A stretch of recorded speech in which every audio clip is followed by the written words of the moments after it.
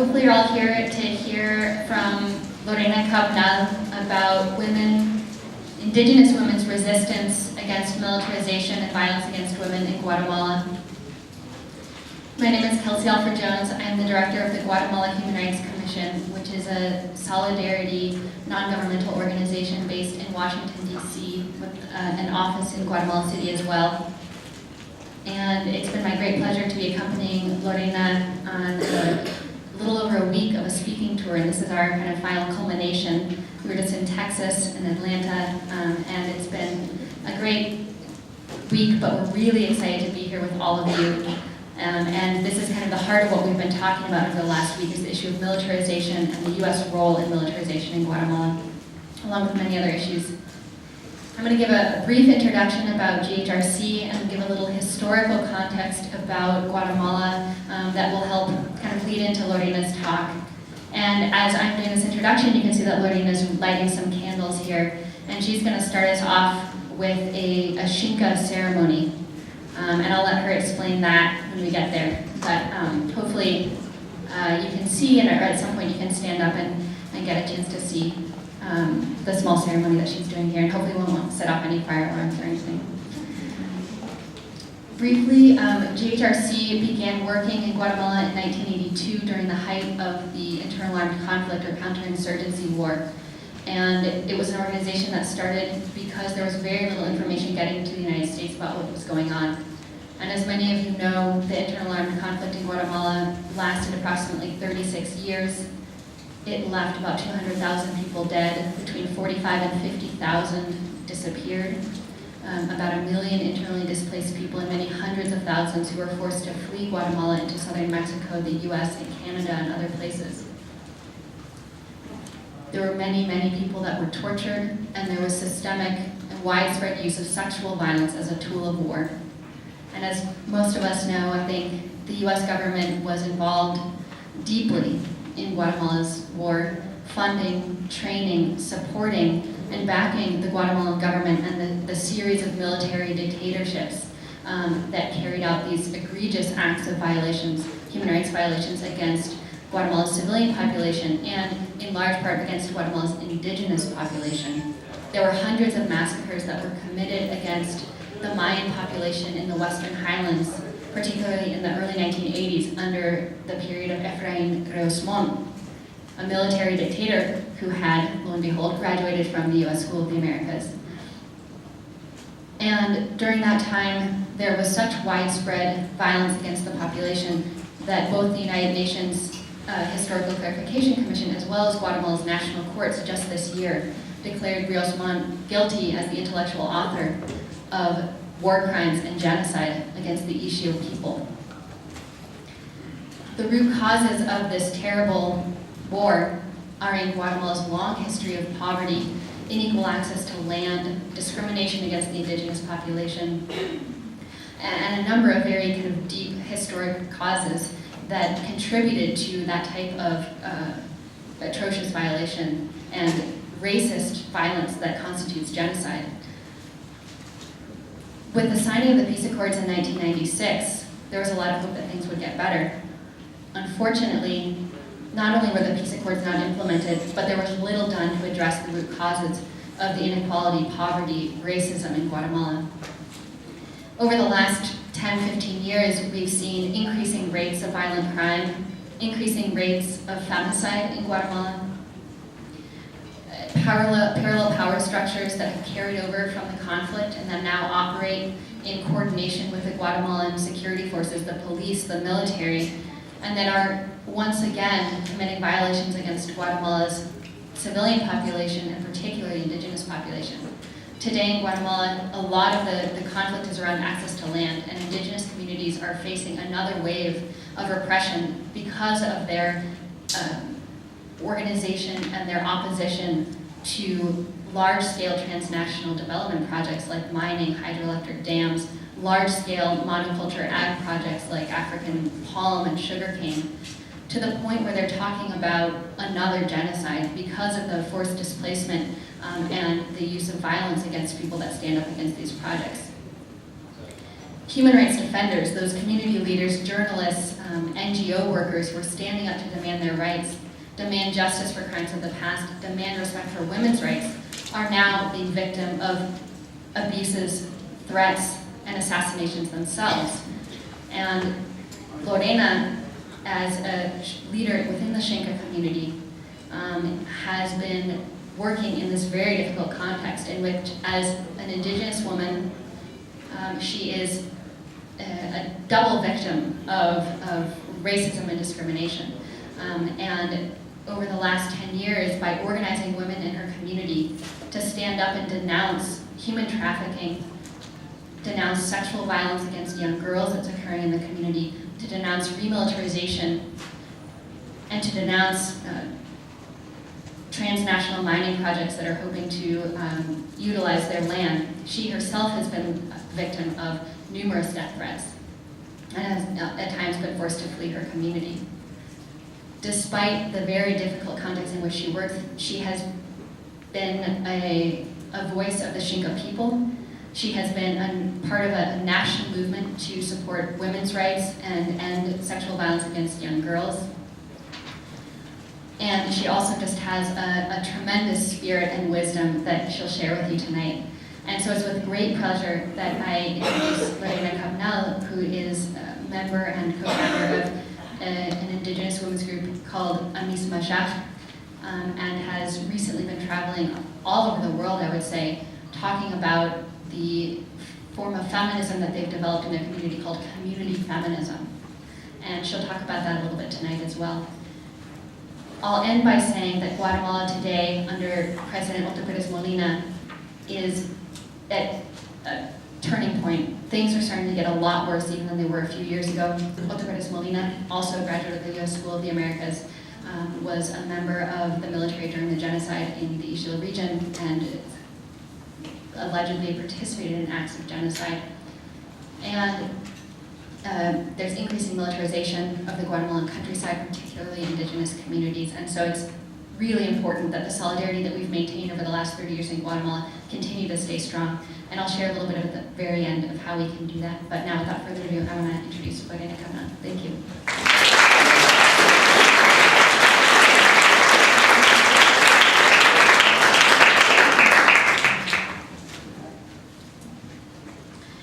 Masa Salacholaat, Ralna Sonoma, Hurakli, Gali Maya Nashalpan, Lorena Cabnal.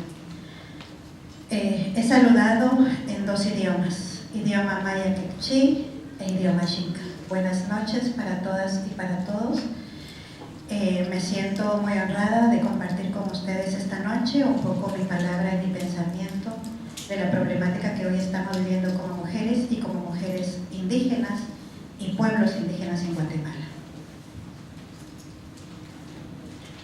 I've just greeted you in two languages, in Maya Kekchi and in Xinca, to say good evening. I'm honored to be here with you tonight to share my words and my thoughts, and particularly the challenges that we face as women, indigenous women, and indigenous communities.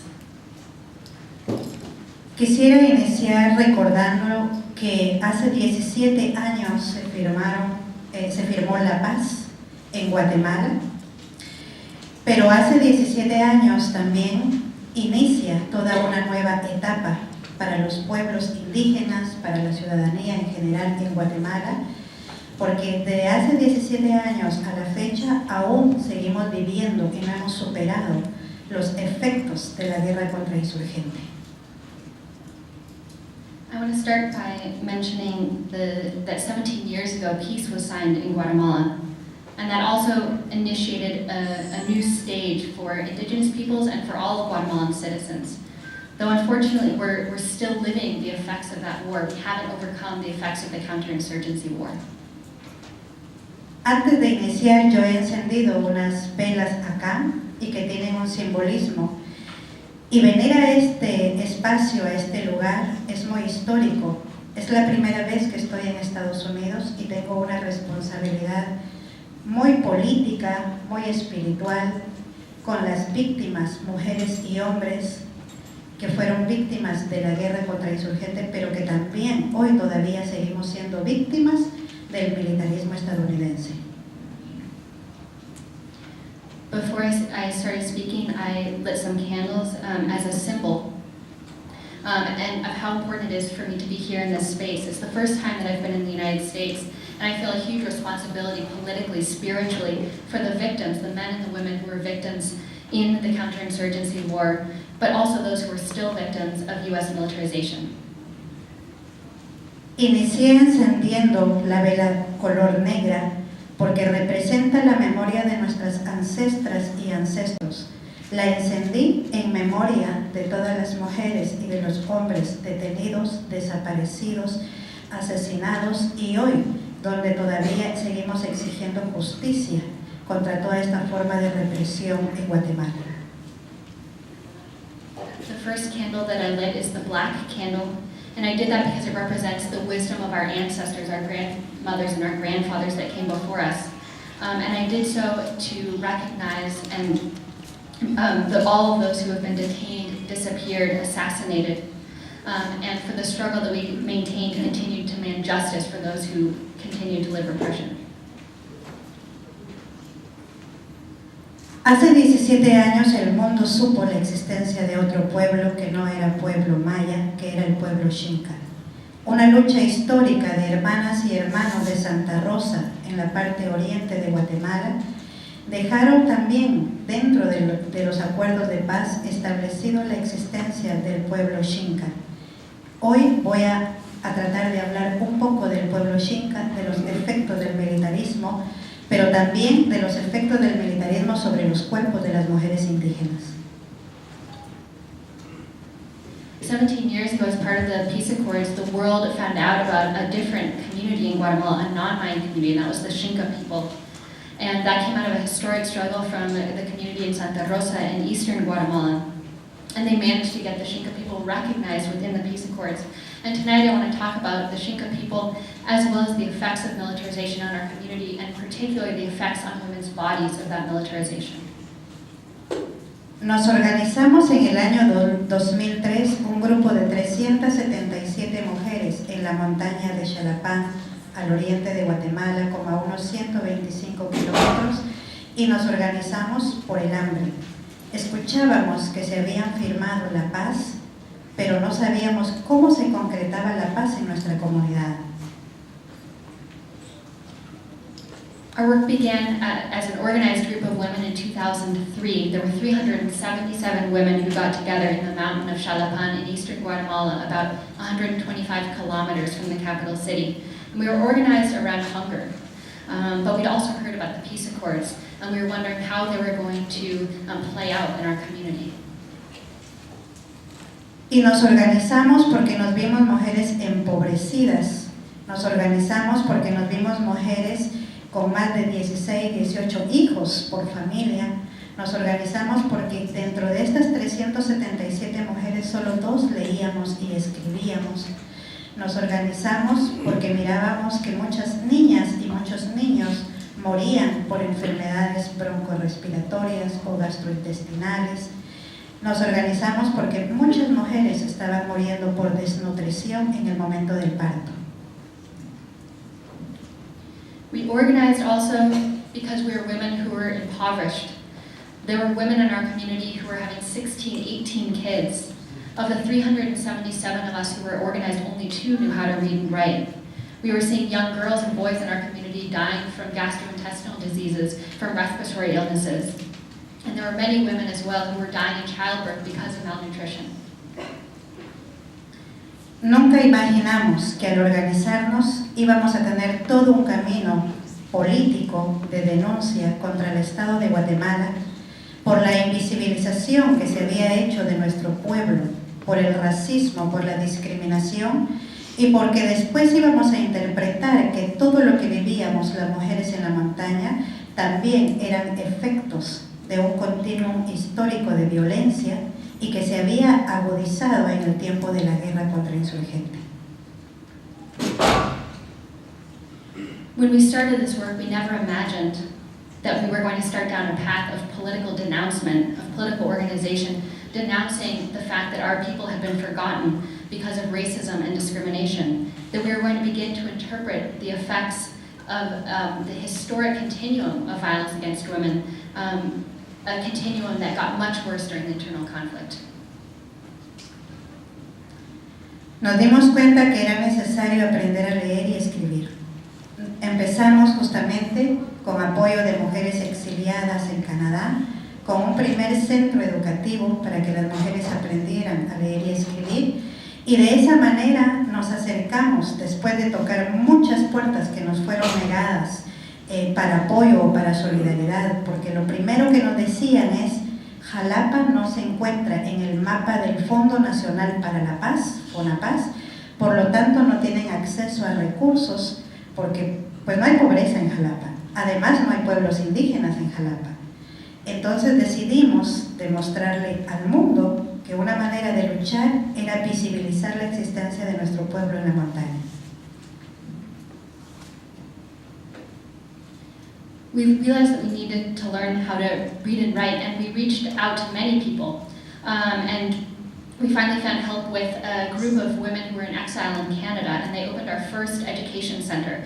And we had sought help from many different places, but they had told us that no, there's no resources available for you, because in fact the department where you are in Jalapa does not appear on the National Peace Fund register of the poor departments, poor areas, and therefore we don't have resources available for you. And what's more, there are no indigenous people in Jalapa, and so we can't help you. And we realized that one of the most important ways that we could strengthen our struggle was by showing that yes, we existed as a people in the mountain of Xalapan. Nos juntamos con el gobierno indígena, son 350 señores que representan a toda la comarca, y les propusimos hacer un primer censo poblacional. Entonces, resultado de este censo, más de 85,000 habitantes xincas en la montaña. Esto nos sirvió para hacer las primeras movilizaciones hacia el casco urbano, para denunciar el racismo institucional y el etnocidio que estaba viviendo nuestro pueblo. We approached our indigenous government, which is composed of 350 men who are responsible for the representation of our community. We decided to do a community census, and when we did so, we found out that there were more than 85,000 Xinca people living in the mountain of Xalapan. And this led to our first mobilizations, our first marches, when we began to denounce institutional racism and ethnocide. En el año 2005 emitimos nuestra primera declaración política denunciando a los diputados del departamento de Jalapa que estaban vinculados al partido del FRG, el Frente Republicano Guatemalteco, que fue el partido que fundó Efraín Ríos Montt, justamente para denunciar los desalojos violentos que se estaban haciendo en tierras comunales de la montaña, donde habían detenido ya 37 compañeros, 5 mujeres, una en estado de gestación, y donde habían asesinado ya a 2 compañeros de la montaña. In 2005, we created our first political declaration, and that was to denounce our congressional representatives from Jalapa, who were members of the FRG party, the Guatemala National Republican Front party. It was actually the party that Ríos Montt founded. We were denouncing the violent evictions from our community land, in which 37 people were detained, including 5 women, and 1 of whom was pregnant, and 2 were also killed during that eviction. A partir de entonces nos íbamos a convertir en las enemigas públicas de este partido político y de las personas que estaban impulsando el partido dentro del departamento de Jalapa. Y a partir de ahí empezamos una lucha muy fuerte también por la defensa del territorio ancestral, situación que se nos iba a complejizar durante los años hasta el día de hoy, que ya luego voy a comentar con un poco más de detalle cómo el militarismo incursionó en la montaña luego de ser un pueblo desconocido. We then became kind of public enemies of that political party, including the party members that were from Jalapa, our department. And we also at that time initiated a struggle to reclaim our historic territory, which really made the situation much more complex. And I'll talk a little bit about how militarization has come to address these issues. Este partido político vinculado al narcotráfico, también iba a estar vinculado a redes de trata, de crimen organizado, donde también iban a estar involucrados gente que se ha nombrado de los Zetas, y que también nos íbamos a dar cuenta cómo dentro del departamento de Jalapa, en las instituciones, iban a estar involucrados muchos hombres exmilitares o militares todavía vigentes con cargos como funcionarios, y que todos ellos realmente estaban conformando una red institucional de compadrazgo que tiene todavía aún hoy bajo control toda la institucionalidad del departamento de Jalapa. This political party, the FRG, was also linked to narco-trafficking, human trafficking, organized crime, and even groups like the Zetas. And we realized that many of the public institutions in Jalapa were being controlled by former military or active military, and that most of the public institutions in that region were actually part of this network of control.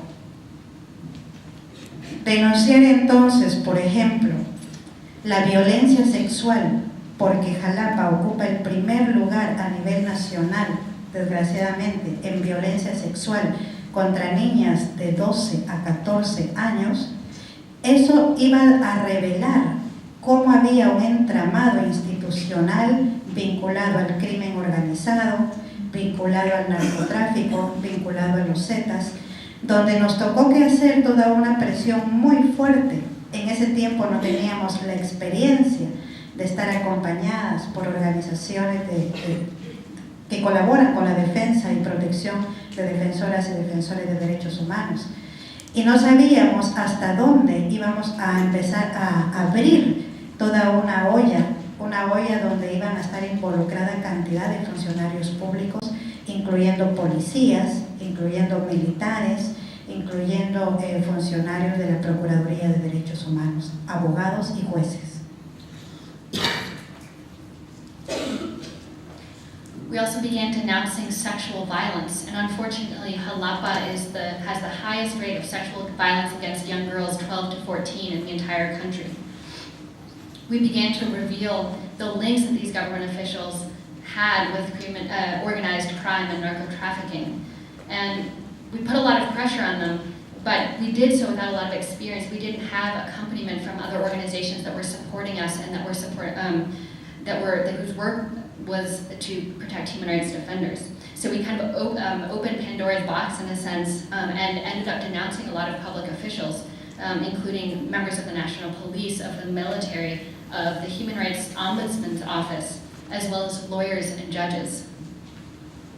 Empezamos entonces a sufrir persecución, amenazas de muerte, allanamientos, y eso entonces nos empezó a complicar la vida como mujeres indígenas.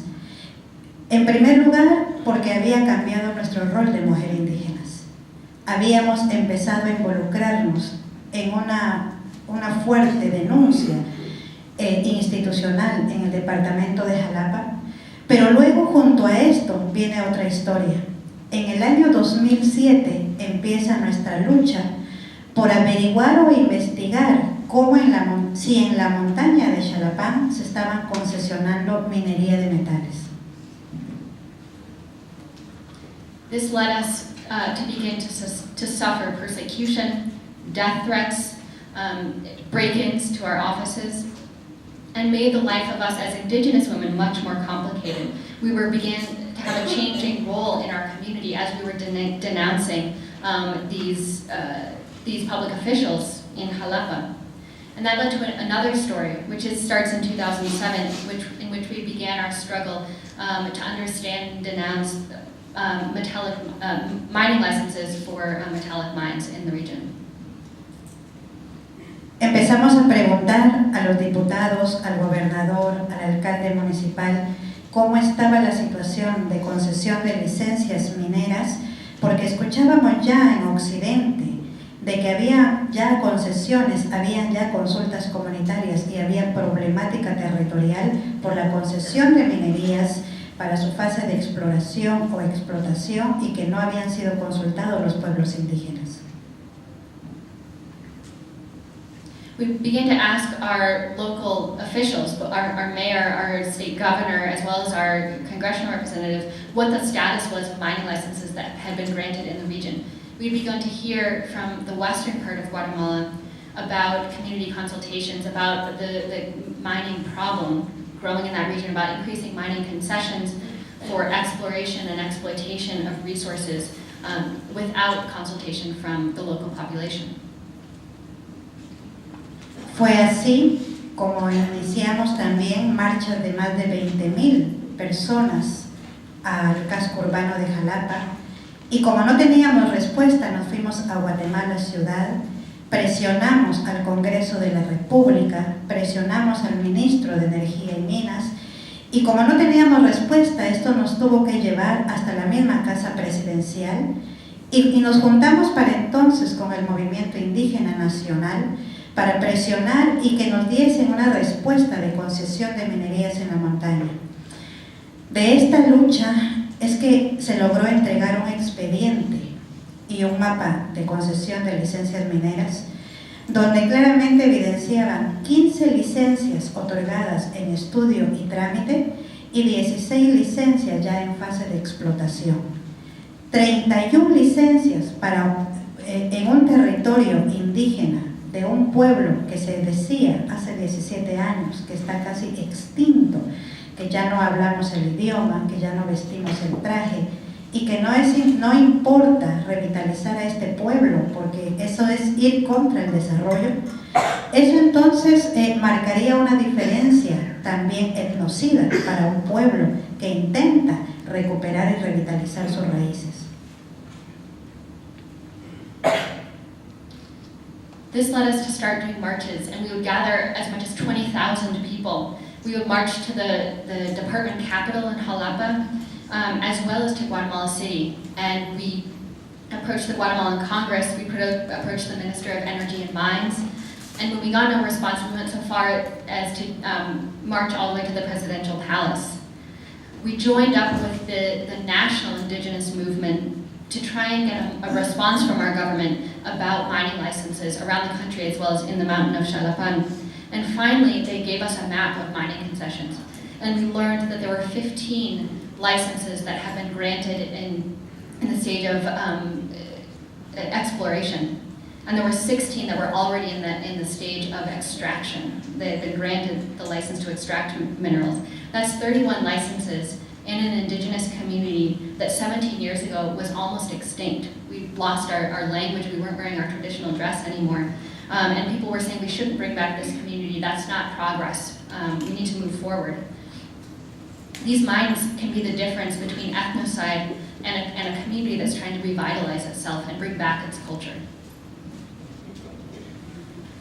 Logramos un acuerdo gubernativo en el gobierno de Álvaro Colón que decía que toda la concesión de las más de 470 licencias mineras otorgadas para entonces iban a quedar en un compás de espera.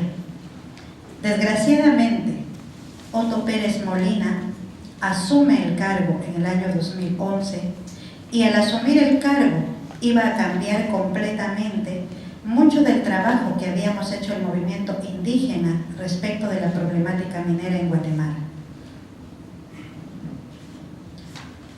We were able to reach agreement with then President Colón to suspend the some 470 mining licenses that had been granted. That all changed when Otto Pérez Molina was elected in 2011, and he changed the entire indigenous movement and what we had achieved around mining issues. Él recibe el cargo un 14 de enero. El 18 de enero, él está dejando en libertad toda la situación de concesión de todas las mineras que estaban en fase de explotación para que empezaran operaciones en Guatemala. Empieza entonces una nueva etapa para los pueblos indígenas que no hemos superado toda la fase, toda la problemática de la guerra contrainsurgente, porque lo único que tenemos los pueblos indígenas después de la etapa de colonización, después de toda la imposición y de los efectos de la guerra contrainsurgente, es el territorio. Y un territorio que está siendo amenazado por toda una política nacional de seguridad militar. Y esta política solo se explica mediante la acumulación de una experiencia militar que ha tenido escuela. Y esa escuela ha sido la Escuela de las Américas. Ya podíamos ver cómo en el tiempo de la guerra contrainsurgente, la política de tierra arrasada implementada por Efraín Ríos Montt, que también es egresado de la Escuela de las Américas, cómo se junta con toda la estrategia también y la capacidad militar de un gobierno que hoy es militar en Guatemala, y cómo entonces se instaura hoy una nueva política de seguridad militar que va a reprimir y a criminalizar a los pueblos indígenas por defender su territorio, porque de estas más de 471 licencias otorgadas, ni una sola ha podido tener una consulta comunitaria previo de ser otorgadas.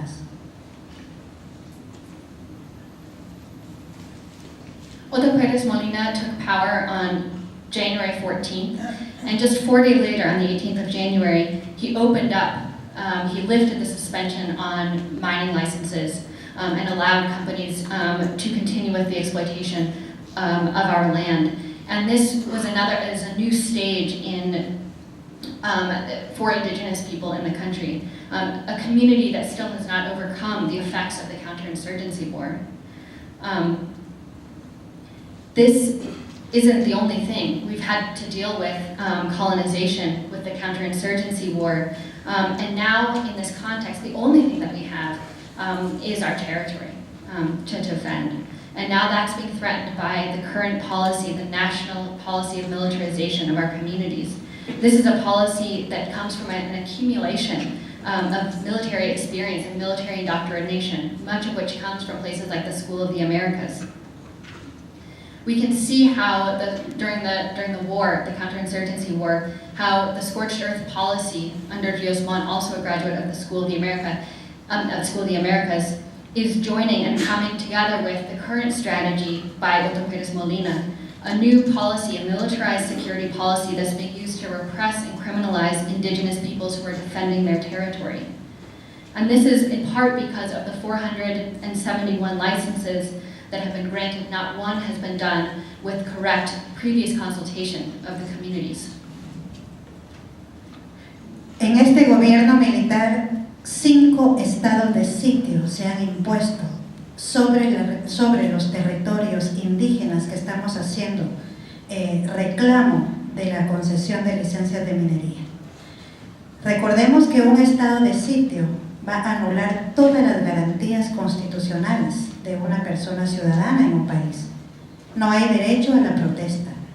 Puede haber interrogatorio y puede haber allanamiento en tu casa o puede ser capturado sin que haya una orden de juez competente.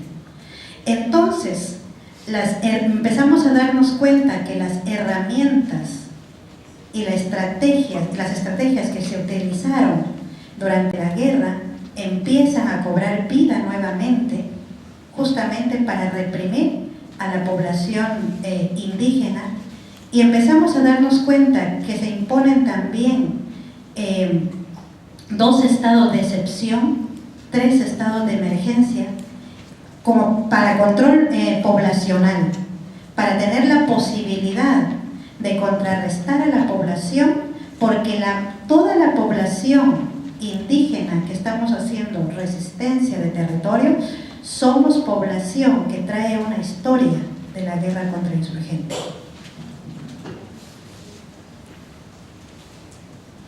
This current military government has declared 5 states of siege, which is like declaring martial law in indigenous territories that are denouncing the mining projects and other projects on their land. Martial law, or the states of siege, takes away our constitutional rights, the right to protest. There can be raids on our homes, we can be questioned, interrogated in our homes, and one can be arrested without a proper arrest warrant from a judge. we're seeing that the tools and strategies from the counterinsurgency war is once again taking lives and repressing indigenous peoples. We realized that also that they were imposing, they posed 2 states of exception, which is like a lower grade martial law, as well as 3 states of emergency. And all for the purpose, all for the control of the population and the indigenous population. And all of us in the indigenous communities have a long history of having lived through the counterinsurgency war. También nos empezamos a dar cuenta cómo la estrategia que se había utilizado de violencia sexual contra las mujeres se volvía a reactivar. No es casualidad que un 1 de mayo de este año, en medio del juicio por genocidio, se impusiera un estado de sitio en la montaña. No es casualidad que cuando el juicio entra en una etapa compleja, donde pareciera que se iba a dejar en compás de espera el juicio, se impone entonces el estado de sitio para desviar la atención de la gente y de la población a la problemática, si quieren, de pueblos indígenas de minería. Y no es casualidad que justamente también hace un año de ese estado de sitio se había impuesto otro el mismo día en un territorio indígena, también en Huehuetenango, en Varillas. Entonces, que las mujeres ixíles hayan testificado en el juicio por genocidio, hayan caracterizado la violencia sexual que sufrieron, nos empieza a dar también interpretación de hoy, las mujeres que estamos haciendo defensa de territorio tierra, cómo también tenemos las mismas características de represión militar y de violencia sexual sobre nuestros cuerpos. Hay más de 27 mujeres que han vivido ya violencia sexual por guardias de las empresas mineras que son exmilitares, que son excaidiles, y que el mecanismo de represión de las mujeres está tomando ahorita como línea frontal de ser víctima los cuerpos y el sometimiento de violencia sexual. We also began to realize that the strategy of sexual violence that was used during the war was being reactivated, and that it wasn't a coincidence that on May 1st of this year, right when the genocide case was happening, they declared a state of siege or martial law in the mountain. Right when the case was at a very complex stage and they wanted to distract people. People thought maybe this case would be suspended. And to distract the population, civil society, they declared a state of siege, maybe to draw their attention more to the problem or the issue of indigenous land rights or indigenous people and mining issues. It's also not a coincidence that this occurred almost exactly a year after a state of siege was declared in another indigenous community in Varillas in Huehuetenango. We also realized that when women were testifying in the genocide case about the sexual violence that they suffered, that those were the same characteristics that many women were suffering today in Guatemala, women who were defending their land and their territory. That we were living the same types of military repression and the same types of sexual violence. There are 27 women in our community that have suffered sexual violence at the hands of the private security guards that work for mining companies, that they themselves are former military and former special forces, the Caiviles in Guatemala. And we began to realize that repression against women was again focusing on women's bodies. Entonces, eso nos permite ver cómo hoy, en el 2013, Guatemala sigue ocupando el tercer lugar en el mundo de reporte de femicidio. Nos permite también ver cómo un 1 de mayo que entra el estado de sitio en la montaña, queda permanente el estado de sitio. Se imponen 3 destacamentos militares en la montaña y se conforma lo que hoy va a ser los escuadrones, 4 escuadrones militares que justamente están diseñados con mucho apoyo técnico y de capacitación de los Estados Unidos para que repriman a los pueblos indígenas. Han sido enviados estos escuadrones militares a los 4 lugares donde sigue habiendo resistencia y defensa del territorio. Uno de ellos está en Jalapa y justamente podemos evidenciar cómo del 1 de mayo a la fecha ha incrementado el acoso sexual por parte de los militares a las mujeres y a las niñas en las comunidades, cómo ha aumentado también la violencia sexual, cómo ha aumentado el femicidio. Entonces, esto definitivamente nos da a conocer que imponer estado de sitio en el departamento de Jalapa no ha disminuido la violencia ciudadana que dice el gobierno de Otto Pérez. Al contrario, lo que ha permitido es garantizar la seguridad de la inversión extranjera de las empresas de minería. We've also seen how in 2013, Guatemala still occupies the country with the 3rd highest rate of femicide in the world. And how on May 1st, when the state of siege was declared in our community, that became a permanent state of affairs. We now have 3 military outposts in the mountain of Xalapan. And there were 4 military squadrons that were created also during this time that benefited from support on their design, their technical support, and from training from the United States. And these have been used to repress indigenous peoples. And they've been specifically sent to places where there has been organized resistance against mining projects. Jalapa is one of those places. We also have seen since May 1st and the declaration of martial law that sexual harassment against women and girls has gone up. We've seen an increase in sexual violence. We've seen an increase in femicides. This brings us to the conclusion that imposing a state of siege or martial law has not decreased citizen violence or generalized violence in our community like President Otto Pérez Molina claims. Instead, what it has done is try to guarantee foreign investment for these transnational mining projects. Quisiera ir cerrando esta primera parte para que luego ustedes también compartieran sus pensamientos, sus sentimientos de lo que he compartido brevemente. Pero quisiera cerrar compartiendo que se conformó una comisión verificadora de derechos humanos de mujeres viviendo bajo estado de sitio. Esta comisión pudo constatar lo que yo les he compartido esta noche y ha podido seguir constatando cómo esta política de seguridad nacional militar se ha extendido en todo el territorio. Hoy tenemos un incremento altísimo de riesgos y amenazas de defensoras y defensores de derechos humanos que se les ha criminalizado, que se nos ha nombrado como terroristas, que se nos ha judicializado también. Hay detenciones. Justamente el día jueves se logró escuchar el fallo de la sentencia de una mujer que desde el 1 de mayo, que se impuso el estado de sitio en Jalapa, hasta este jueves recién pasado, logró a través de una orden de juez recobrar su libertad.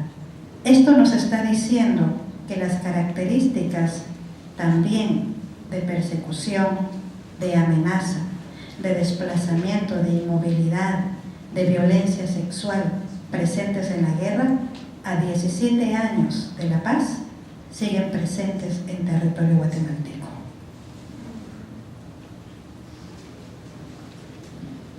I'm going to close my presentation and leave time for you to share your thoughts and your feelings. But I just wanted to quickly share the results of a verification commission that went to the mountain to understand how women had lived during the state of siege. And that commission found the statistics that I had mentioned a moment ago, and also found that, or came to the conclusion that the policy, the national security policy that this government is implementing, and the effects that it has is being felt across the country, not just in our community. Today, we're also seeing increasing risks for human rights defenders, increasing threats and attacks, criminalization. We're being called terrorists now, and we're being charged criminally for things and being arrested. Just this Thursday, for example, a woman who had been in jail since May 1st during the state of siege was finally released by the judge, and it's now, the charges were dropped. But this shows how the characteristics of persecution, of threats, of displacement, of violence that we lived during the war are still here 17 years later. We're still experiencing these forms of violence.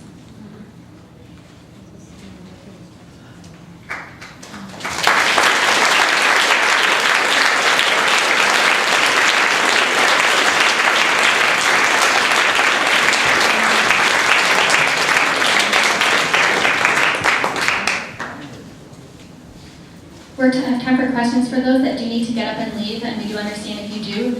If you haven't had a chance to sign our listserv, please do. We also have a donation box that will help support the expenses that we've incurred during the speaking tour.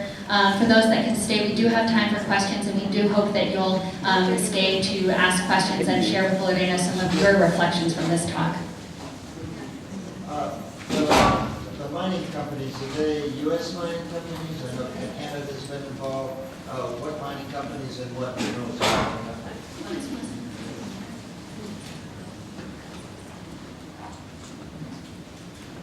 La minera que está afectando el territorio de la montaña es la Tahoe Resources, que es de capital canadiense. Y una estrategia que están utilizando es poner como nombre de inversionistas guatemaltecos para no conocer de dónde proviene el capital de inversión extranjera. Entre otras empresas también que hay empresas también italianas, también hay empresas españolas, y también hay que decir que Guatemala representa hoy por hoy una gama de minerales que va desde cromo, cobalto, zinc, plata, oro, níquel. Son un aproximado de 30 minerales que se están ofreciendo a las empresas de inversión extranjera para explotar en territorio guatemalteco. La montaña de Xalapán tiene el yacimiento de plata más grande de Guatemala, o más grande de la región, se estima. The mining company that's affecting the territory in Xalapán is Tahoe Resources, which is a Canadian company. And the strategy that they've used and many have used is putting the company in the name of Guatemalan investors, having a local subsidiary essentially, so that it's hard to figure out where that capital is coming from. There are also other companies, Italian, Spanish companies, and they're mining a wide range of minerals that include chrome, cobalt, zinc, nickel, gold, and silver. About 30 different minerals are actually being mined in the Guatemalan territory. The area where the mountain is in Xalapán is actually what's been identified as maybe the largest supply or quantity of silver in the entire region.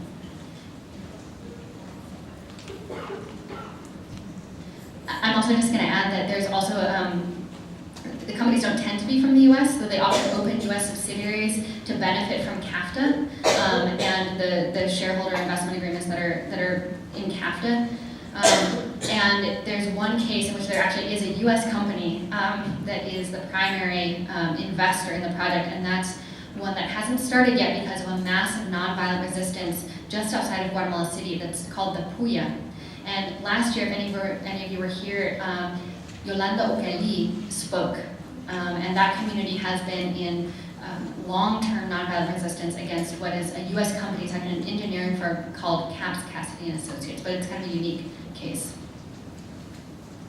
Other questions? We have a couple, maybe you and then you. You mentioned when you and this group of Indigenous women started kind of addressing these concerns about 10 years ago, you were on your own, didn't have a lot of allies or people you're working with. I'm just curious if that has shifted, is there any particular other groups in or outside of Guatemala that have been especially supportive and helpful in the work you do?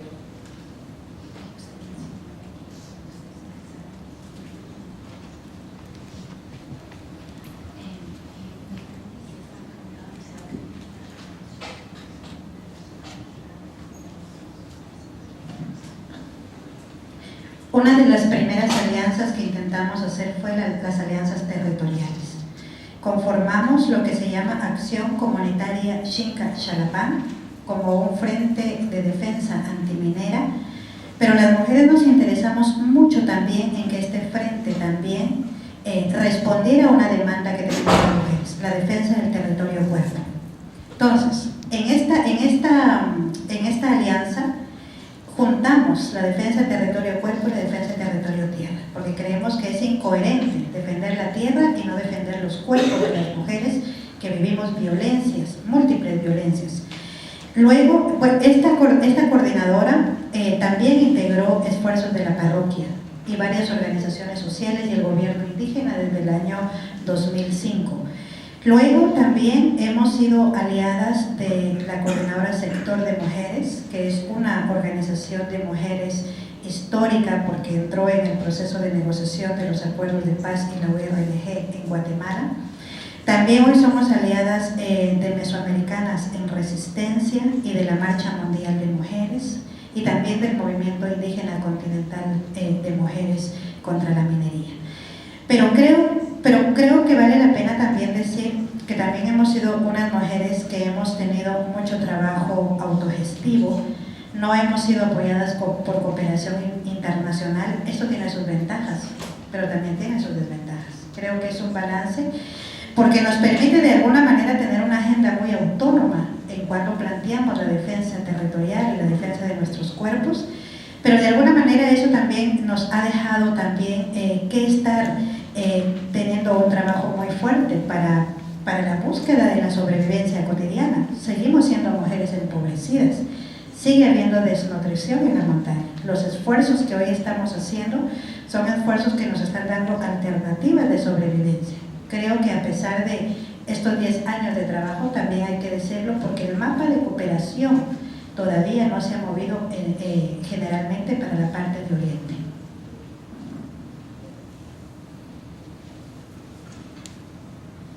So when we first began, we had an alliance that we focused around territorial issues, and we called that Xinca, the community action of Xinca Xalapán, and we joined together to do an anti-mining front in our community. But we also wanted to respond to the issues of sexual violence and defending our bodies. And so we also added to our defense of land, the defense of our bodies, because we think it's incoherent to defend our land without defending women's bodies from multiple forms of violence. So in that effort, we joined with the local church, we joined with youth groups, we joined with other organizations. That was in 2005. We also joined with forces with the women's sector, which is a historic women's group that participated in the peace negotiations between the government and the URNG. We're part of the Mesoamerican Women's Initiative, part of the International Women's March, and also the Continental Movement Against Mining. I think it's also worth saying that we've been historically a fairly independent group, that we haven't had a lot of international support, international funding, which has been both good and bad. It's had positive and negative impacts. On the one hand, it's allowed us to maintain a very autonomous agenda as an organization to continue defending our land and our bodies. But it's also been difficult without resources. We still suffer a lot of hunger in our community, a lot of malnutrition. And there has been a little shift in focus from international support from the West, and so it has meant that we're still constantly concerned about our survival. I'm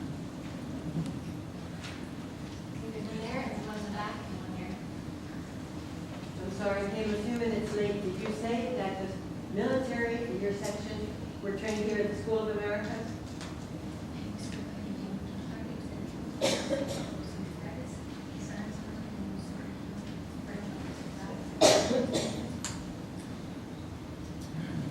Yo compartí que el actual gobierno hoy en Guatemala, el señor Otto Pérez Molina, es un militar que es egresado de las escuelas de las Américas. Por lo tanto, la estrategia que él está implementando como jefe y comandante, ¿verdad?, en Guatemala, justamente tiene que ver con toda la experiencia acumulada, ¿sí?, de este hombre en su ejercicio como militar en la guerra contra insurgente, pero también de la experiencia acumulada en Guatemala por otro general que también es egresado de la Escuela de las Américas, que es Efraín Reumón. Por lo tanto, hoy las estrategias de militarización que está utilizando para represión de pueblos indígenas tienen características muy similares, ¿sí?, en el tiempo de la guerra. Decir también que, por ejemplo, que las características van desde allanamientos. Voy a poner el dato: 18 casas allanadas de las mujeres que integramos esta organización en la montaña. Se nos acusa de ser guerrilleras. Hoy la organización es acompañada de brigadas internacionales de paz y de la Comisión de Derechos Humanos, justamente porque tenemos amenazas, ¿sí?, que van desde órdenes de captura, que va desde persecución, que va desde movilidad de nuestras viviendas por resguardo. Y entonces esto lo juntamos a cómo también se están presentando características de represión sobre las comunidades indígenas y sobre específicamente las mujeres que estamos haciendo defensa del territorio de tierra como mujeres indígenas.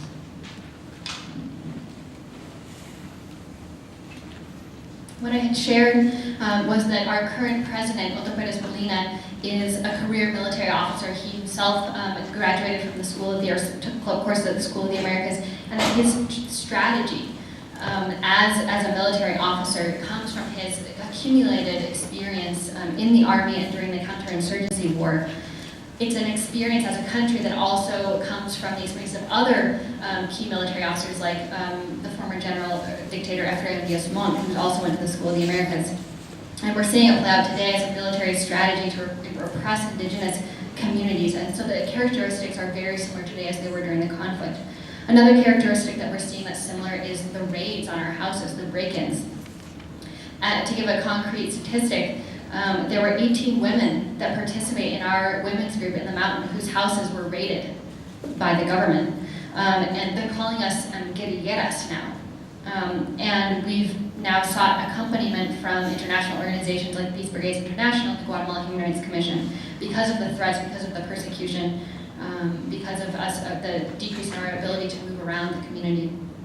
And so we're seeing, again, the characteristics of repression against indigenous communities, as well as women and indigenous women who are defending their bodies and their land.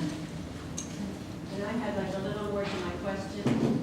I came in here, I think God pushed me in here. I just volunteered to go to Guatemala. I'm an old nun, I'm 81.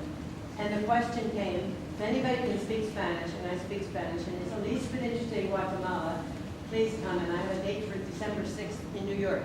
So I'm telling anybody else wants to help us. See us later.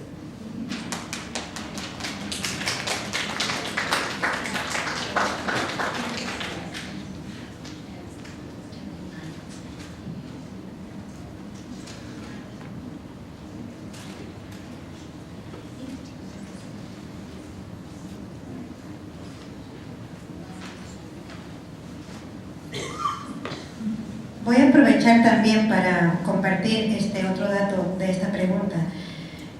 Justamente este año se vuelve a hacer un llamado para los excaibiles, que son militares retirados en Guatemala y en la montaña hay muchos, también para los expatrulleros de defensa civil que operaron durante la guerra y fueron llamados para conformar los consejos comunitarios de seguridad. Esta es una manera también de control poblacional que va a refuncionalizar en el tiempo de la guerra la organización militar y paramilitar.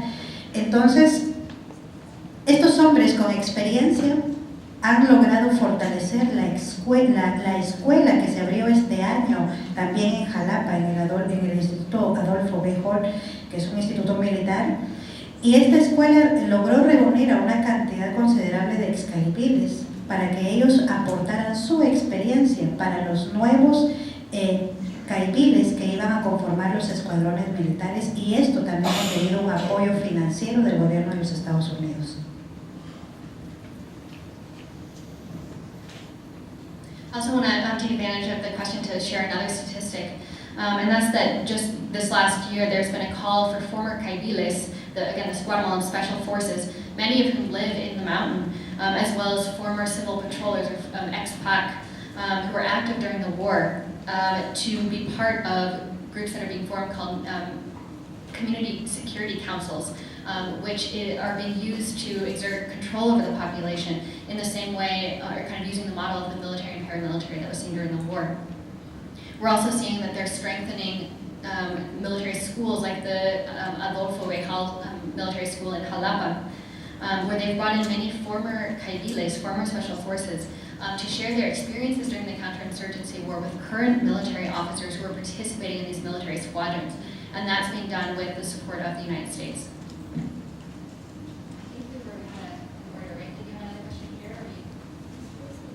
I think was some of the last reject. Oh, you were there. Oh, hi.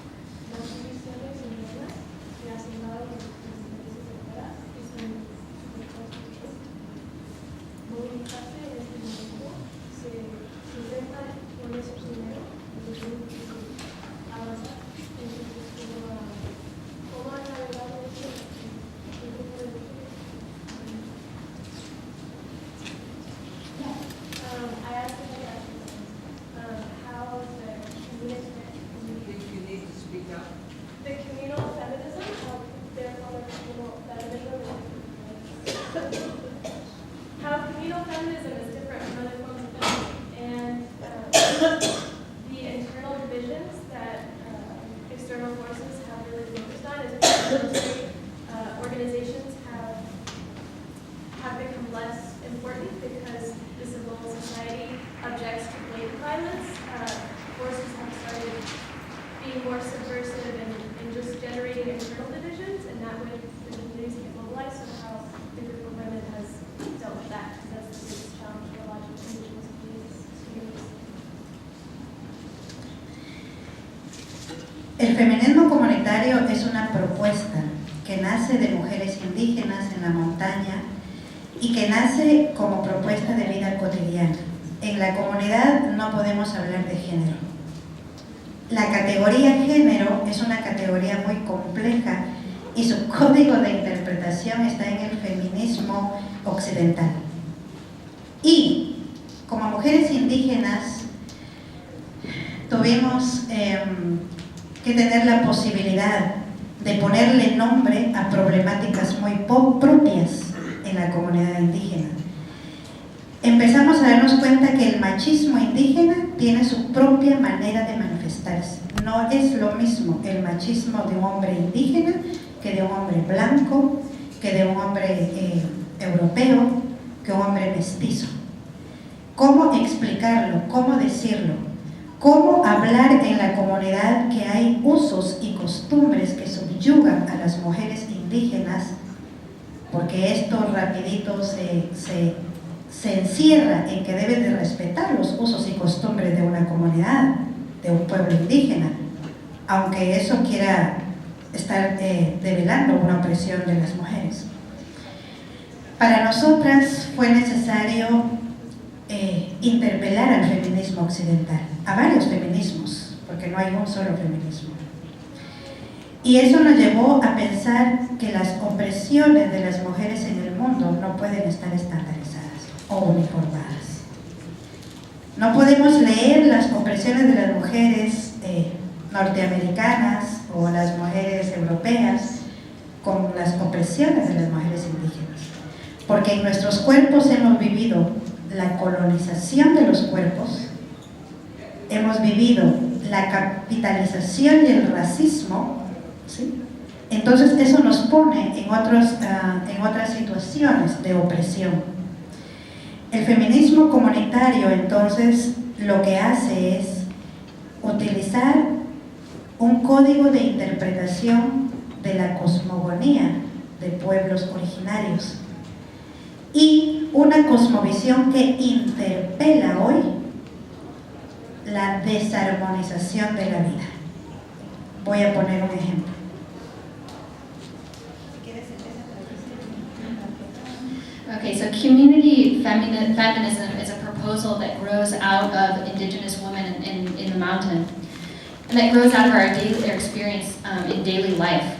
It's difficult to talk about gender in our community as a category. It's a difficult category to interpret, and it comes out of discourse that comes from Western feminism. As Indigenous women, we found that it was impossible really to use that discourse, that there were issues and experiences that we were having that were unique to our community as Indigenous women. And that machismo manifested differently in our community. There's a different machismo that comes from white men, from European men, from mestizo men. And so we tried to figure out how we could explain this issue in our community, how we could start talking about the fact that there were traditions and cultures of our people that were subjugating women. And we realized that in doing so, that space for dialogue quickly closed off because people said, no, we have to respect our traditions, our customs as a people, despite the fact that there was a repression against women happening. So we've made use of Western feminism as well as other feminisms. There are many different types of feminism. But we've realized that to talk about oppression of women around the world can't be standardized. It's not the same experience.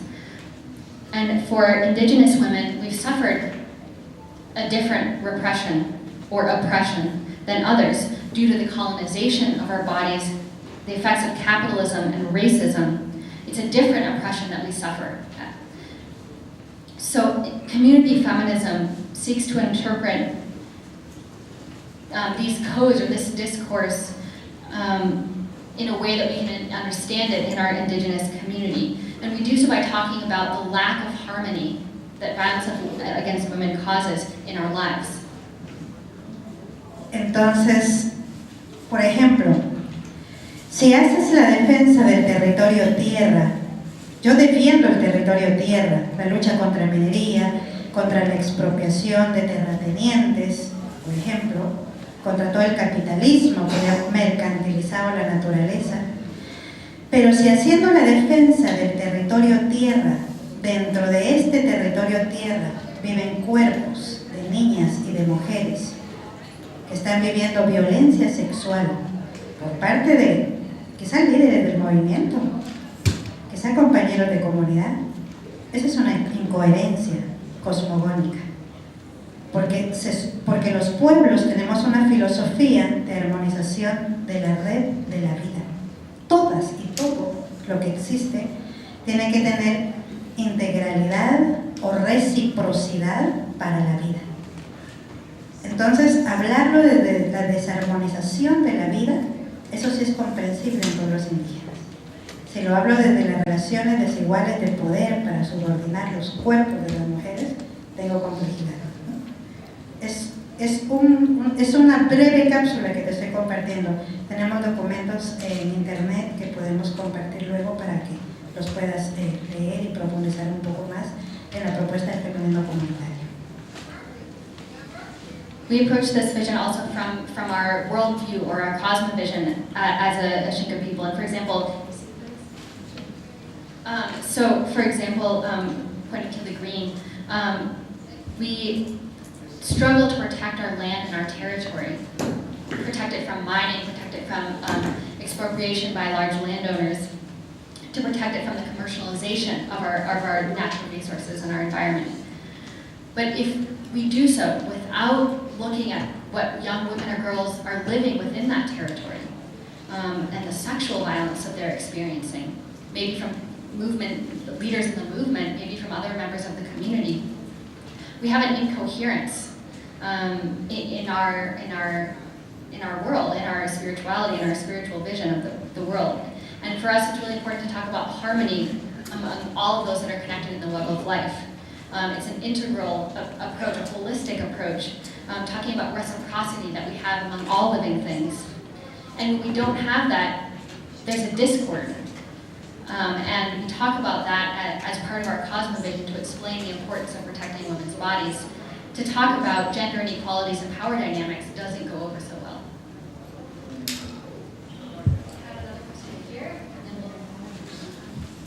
First of all, I just wanted to say how extraordinary it is for me to meet or hear from a woman who comes from my community where I'm speak for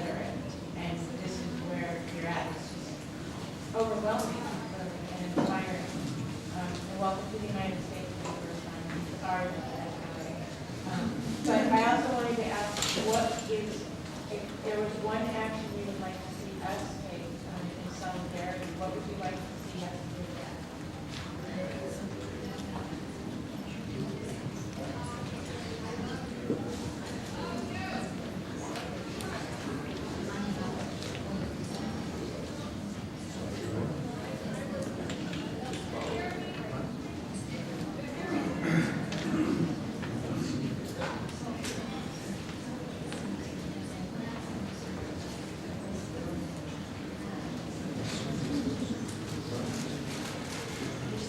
Gracias por también verse desde acá en la posibilidad de tejer para la red de la vida.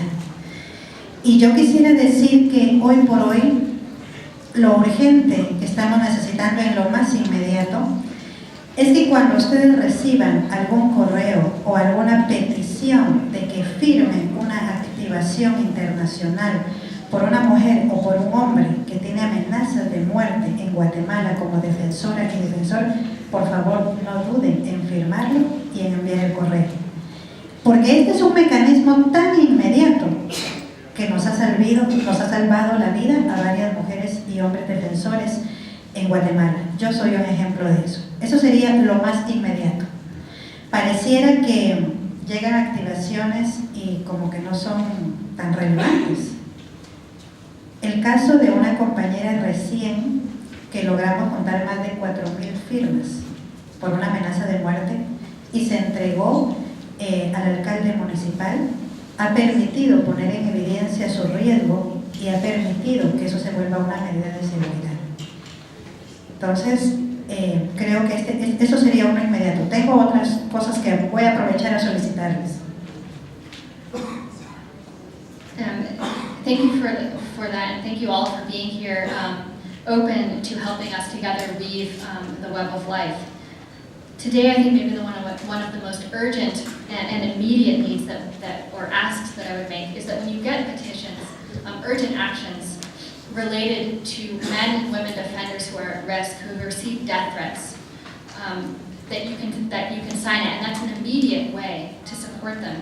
And it saved lives in Guatemala, and I'm one of those people. It may not seem that relevant, but for example, there was a woman who received support from 4,000 people who signed a petition. She had suffered from death threats, and that petition was turned into the local mayor, and it has become a really important mechanism for security, to guarantee her security in the community. And there are a couple other things that I will mention now that we have the time. Creo que también es importante hacer jornadas de información ciudadana. Creo que es necesario informar a la población de Estados Unidos la implicación que tiene su gobierno con la situación remilitarizada en países como Guatemala. Creo que es importante que sepan de que la Armada Militar estadounidense va a implementar un nuevo proceso de exploración petrolera en el mar junto con el gobierno de Guatemala. Hay mucha plata. Que también se siga haciendo presión social para que no se levante el embargo militar que tiene Guatemala, es decir, que no acceda a fondos, que el gobierno de Estados Unidos no disponga de fondos para aumentar el presupuesto militar en Guatemala. También creo que es importante decir, fortalecer las coordinaciones sociales aquí en Estados Unidos es importante porque la presión de la comunidad internacional también es importante en países ahorita como Guatemala u otros países que están teniendo problemática territorial o de violaciones de derechos humanos. Creo que tanto la información que ustedes compartan a otras redes que ustedes tengan, como también querer establecer alianzas con otras organizaciones, como en el caso nuestro, para nosotros va a ser importante. Aquellas organizaciones de mujeres indígenas en Norteamérica y aquellas organizaciones feministas que estén interesadas en conocer nuestro proceso, con gusto nosotras también queremos compartir cualquier tipo de intercambio que sea posible porque nos parece que hoy estamos necesitando más que nunca de la solidaridad política y económica para las acciones que tenemos. We're almost done, sorry. So I'll also share that it's important to share this information with your networks here in the U.S., with the U.S. public about how remilitarization is affecting Guatemala, affecting other countries in the region. The U.S. military is also, for example, helping Guatemala explore oil extraction opportunities off the coast of Guatemala. We need to have pressure to not lift the ban on funds to the Guatemalan army, to not have the U.S. contribute to militarization in Guatemala. We also need to strengthen, or we'd ask for you to strengthen your social networks and create pressure from the international community. It can be a really important tool in Guatemala and other places. So share information with your networks, create alliances, that's really important. And if there are women's organizations, indigenous women organizations, feminist groups here that are interested in getting to know us better in the work that we're doing, we would love to have other exchanges with you in the future. And today, more than ever, we need increased political and economic solidarity. Before you clap, I just want to say that GHRC, if you send out a listserv, we send out urgent actions to support people like Lorena and many other brave defenders. We have right now on our website a petition asking the U.S. government to change the U.S. militarized policy of the war on drugs, which is contributing to all of this, particularly in Guatemala. And so there are a couple of very specific things that you can do. The military ban right now is being negotiated in D.C. in the appropriations of the new Congress. You can all call your congresspeople and ask them, please maintain the ban on military funds to the Guatemalan army. It's really important that that stays in place to not allow the Guatemalan government to get in with more atrocious violations against its civilian population. Thank you so much. It's www.ghrc-usa.org. And I have a little bit more information here. Lorena and I are more than happy to stay and answer questions, but I have another group that's wanting to come in, and I don't want to take up part of their presentation time. So let's give Lorena a big round of applause.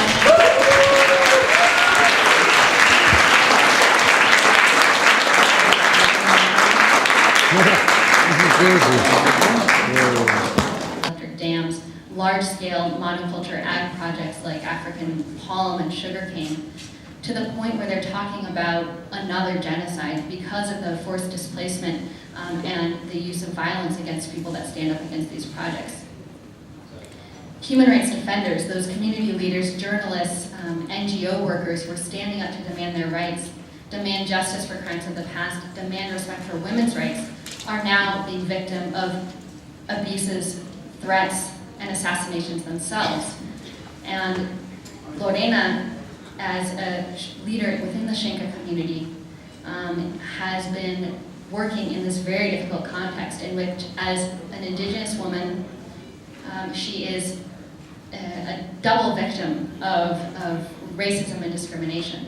And over the last 10 years, by organizing women in her community to stand up and denounce human trafficking, denounce sexual violence against young girls that's occurring in the community, to denounce remilitarization, and to denounce transnational mining projects that are hoping to utilize their land. She herself has been a victim of numerous death threats and has at times been forced to flee her community.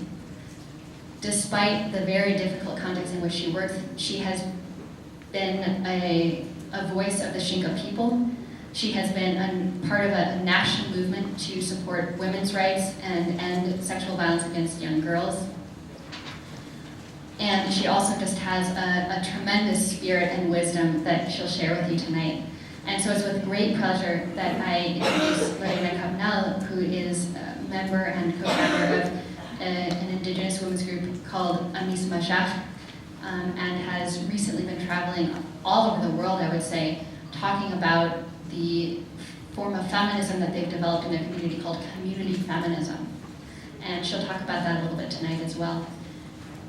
I'll end by saying that Guatemala today, under President Otto Pérez Molina, is at a turning point. Things are starting to get a lot worse even than they were a few years ago.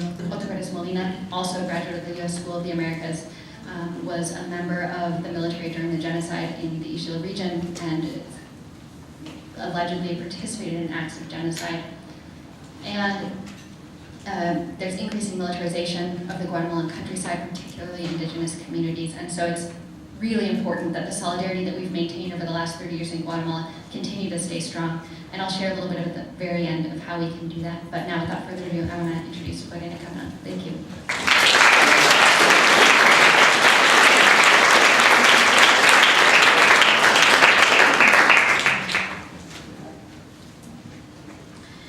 Masa Salacholaat, Ralna Sonoma, Hurakli, Gali Maya Nashalpan, Lorena Cabral. He saludado en dos idiomas, idioma maya quechí e idioma xinca. Buenas noches para todas y para todos. Me siento muy honrada de compartir con ustedes esta noche un poco mi palabra y mi pensamiento de la problemática que hoy estamos viviendo como mujeres y como mujeres indígenas y pueblos indígenas en Guatemala. I've just greeted you in two languages, in Maya Quechí and in Xinca, to say good evening. I'm honored to be here with you tonight to share my words and my thoughts, and particularly the challenges that we face as women, indigenous women and indigenous communities. Quisiera iniciar recordando que hace 17 años se firmó la paz en Guatemala, pero hace 17 años también inicia toda una nueva etapa para los pueblos indígenas, para la ciudadanía en general en Guatemala, porque desde hace 17 años a la fecha aún seguimos viviendo y no hemos superado los efectos de la guerra contrainsurgente.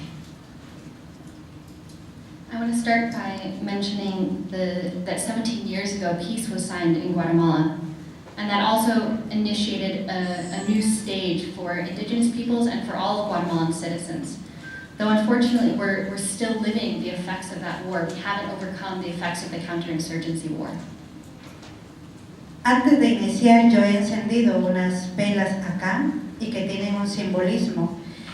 Y venir a este espacio, a este lugar, es muy histórico.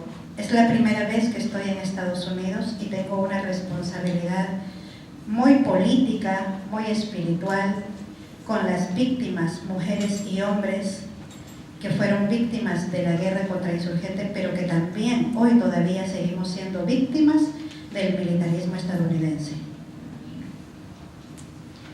Before I started speaking, I lit some candles as a symbol and of how important it is for me to be here in this space. It's the first time that I've been in the United States, and I feel a huge responsibility politically, spiritually, for the victims, the men and the women who were victims in the counterinsurgency war, but also those who are still victims of U.S. militarization. Inicié encendiendo la vela color negra porque representa la memoria de nuestras ancestras y ancestros. La encendí en memoria de todas las mujeres y de los hombres detenidos, desaparecidos, asesinados y hoy, donde todavía seguimos exigiendo justicia contra toda esta forma de represión en Guatemala. The first candle that I lit is the black candle, and I did that because it represents the wisdom of our ancestors, our grandmothers and our grandfathers that came before us. And I did so to recognize all of those who have been detained, disappeared, assassinated, and for the struggle that we maintain to continue to demand justice for those who continue to live repression. Hace 17 años el mundo supo la existencia de otro pueblo que no era pueblo maya, que era el pueblo xinca. Una lucha histórica de hermanas y hermanos de Santa Rosa en la parte oriente de Guatemala dejaron también dentro de los acuerdos de paz establecido la existencia del pueblo xinca. Hoy voy a... Hopefully you're all here to hear from Lorena Cabral about indigenous women's resistance against militarization and violence against women in Guatemala. My name is Kelsey Alford Jones. I am the director of the Guatemala Human Rights Commission, which is a solidarity non-governmental organization based in Washington, D.C., with an office in Guatemala City as well. And it's been my great pleasure to be accompanying Lorena on a little over a week of a speaking tour, and this is our kind of final culmination. We were just in Texas and Atlanta, and it's been a great week, but we're really excited to be here with all of you. And this is kind of the heart of what we've been talking about over the last week, is the issue of militarization and the U.S. role in militarization in Guatemala, along with many other issues. I'm going to give a brief introduction about GHRC and give a little historical context about Guatemala that will help kind of lead into Lorena's talk. And as I'm doing this introduction, you can see that Lorena is lighting some candles here, and she's going to start us off with a Xinca ceremony. And I'll let her explain that when we get there. But hopefully you can see, and at some point you can stand up and get a chance to see the small ceremony that she's doing here, and hopefully we won't set off any fire alarms or anything.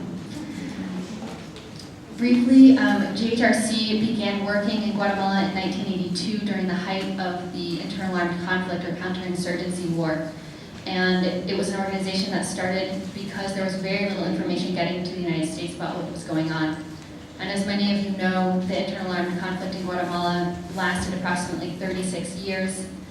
It left about 200,000 people dead, between 45 and 50,000 disappeared, about 1 million internally displaced people, and many hundreds of thousands who were forced to flee Guatemala into southern Mexico, the US, and Canada, and other places. There were many, many people that were tortured, and there was systemic and widespread use of sexual violence as a tool of war. And as most of us know, I think the US government was involved deeply in Guatemala's war, funding, training, supporting, and backing the Guatemalan government and the series of military dictatorships that carried out these egregious acts of violations, human rights violations against Guatemala's civilian population, and in large part against Guatemala's indigenous population. There were hundreds of massacres that were committed against the Mayan population in the Western Highlands, particularly in the early 1980s under the period of Efrain Reyes Mon, a military dictator who had, lo and behold, graduated from the US School of the Americas. And during that time, there was such widespread violence against the population that both the United Nations Historical Clarification Commission, as well as Guatemala's national courts just this year, declared Reyes Mon guilty as the intellectual author of war crimes and genocide against the Ixil people. The root causes of this terrible war are in Guatemala's long history of poverty, unequal access to land, discrimination against the indigenous population, and a number of very kind of deep historic causes that contributed to that type of atrocious violation and racist violence that constitutes genocide. With the signing of the peace accords in 1996, there was a lot of hope that things would get better. Unfortunately, not only were the peace accords not implemented, but there was little done to address the root causes of the inequality, poverty, racism in Guatemala. Over the last 10, 15 years, we've seen increasing rates of violent crime, increasing rates of femicide in Guatemala, parallel power structures that have carried over from the conflict and that now operate in coordination with the Guatemalan security forces, the police, the military, and that are once again committing violations against Guatemala's civilian population and particularly indigenous population. Today in Guatemala, a lot of the conflict is around access to land, and indigenous communities are facing another wave of repression because of their organization and their opposition to large-scale transnational development projects like mining, hydroelectric